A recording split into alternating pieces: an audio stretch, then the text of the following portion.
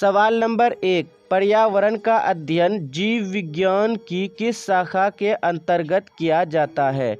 पर्यावरण का अध्ययन जीव विज्ञान की पारिस्थितिकी के अंतर्गत किया जाता है, इसलिए इसका सही जवाब हो जाएगा ऑप्शन डी, पारिस्थितिकी।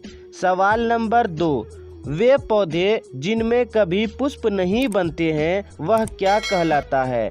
जिस पर कभी फूल नहीं बनता है वह क्रिप्टोगेम्स कहलाता है, इसलिए इसका सही जवाब हो जाएगा ऑप्शन ए, क्रिप्टोगेम्स।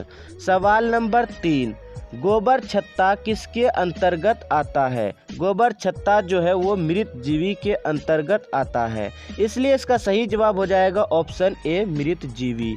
सवाल नंबर 4, वायुमंडल में सामान्यतः CO2 कितना प्रतिशत पाया जाता है? वायुमंडल में कार्बन डाइऑक्साइड 0.03% पाया जाता है, इसलिए इसका सही जवाब हो जाएगा ऑप्शन डी, 0.03%। सवाल नंबर 5, मनुष्य में मुख्य श्वसन अंग क्या है? आदमी में मेन श्वसन अंग फेफड़ा है, इसलिए इसका सही जवाब हो जाएगा ऑप्शन ए, फेफड़ा। सवाल नंबर 6, उच्च रक्तचाप की अवस्था को क्या कहते हैं? उच्च रक्तचाप की अवस्था को हाइपरटेंशन कहा जाता है, इसलिए इसका सही जवाब हो जाएगा ऑप्शन ए, हाइपरटेंशन। सवाल नंबर 7, पौधे में आवश्यकता से अधिक जल किस प्रक्रिया द्वारा बाहर निकलते हैं? यानी पौधे में जो है जल जो है उसकी ज़रूरी के अनुसार से ज़्यादा हो जाता है तो वाष्पोत्सर्जन के द्वारा पत्ती से होते हुए बाहर निकल जाता है, इसलिए इसका सही जवाब हो जाएगा ऑप्शन बी, वाष्पोत्सर्जन। सवाल नंबर 8, पौधे में गैसों के आदान प्रदान के लिए रहते हैं। पौधे में गैसों के आदान प्रदान के लिए रंध्र रहता है, यानी स्टोमाटा, इसलिए इसका सही जवाब हो जाएगा ऑप्शन बी, रंध्र। सवाल नंबर 9, निम्न में से किसे प्रकाश संश्लेषी अंगक कहते हैं? इनमें से जो है पत्ती को प्रकाश संश्लेषी अंगक कहते हैं, इसलिए इसका सही जवाब हो जाएगा ऑप्शन बी, पत्ती।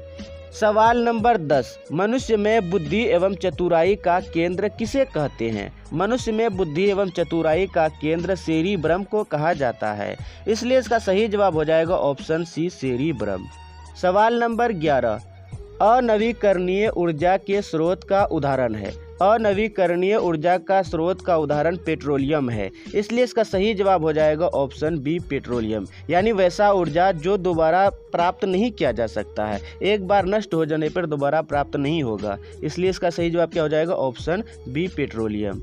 सवाल नंबर 12, शरीर की सबसे बड़ी ग्रंथि कौन है? शरीर की सबसे बड़ी ग्रंथि लीवर यानी यकृत है, इसलिए इसका सही जवाब हो जाएगा ऑप्शन ए, यकृत। सवाल नंबर 13, ऊर्जा उत्पादन के लिए कोशिका प्रायः किसका उपयोग करती है? ऊर्जा उत्पादन के लिए कोशिका जो है वो ग्लूकोज का उपयोग करता है, इसलिए इसका सही जवाब हो जाएगा ऑप्शन बी, ग्लूकोज। सवाल नंबर 14, निम्न में कौन सा एंजाइम लार में पाया जाता है? लार में टाइलिन नामक एंजाइम पाया जाता है, इसलिए इसका सही जवाब हो जाएगा ऑप्शन डी, टाइलिन। सवाल नंबर 15, अमीबा में भोजन का अंतर्ग्रहण किसके द्वारा होता है? अमीबा में भोजन का अंतर्ग्रहण कुटपाद के द्वारा होता है, इसलिए इसका सही जवाब हो जाएगा ऑप्शन ए, कुटपाद।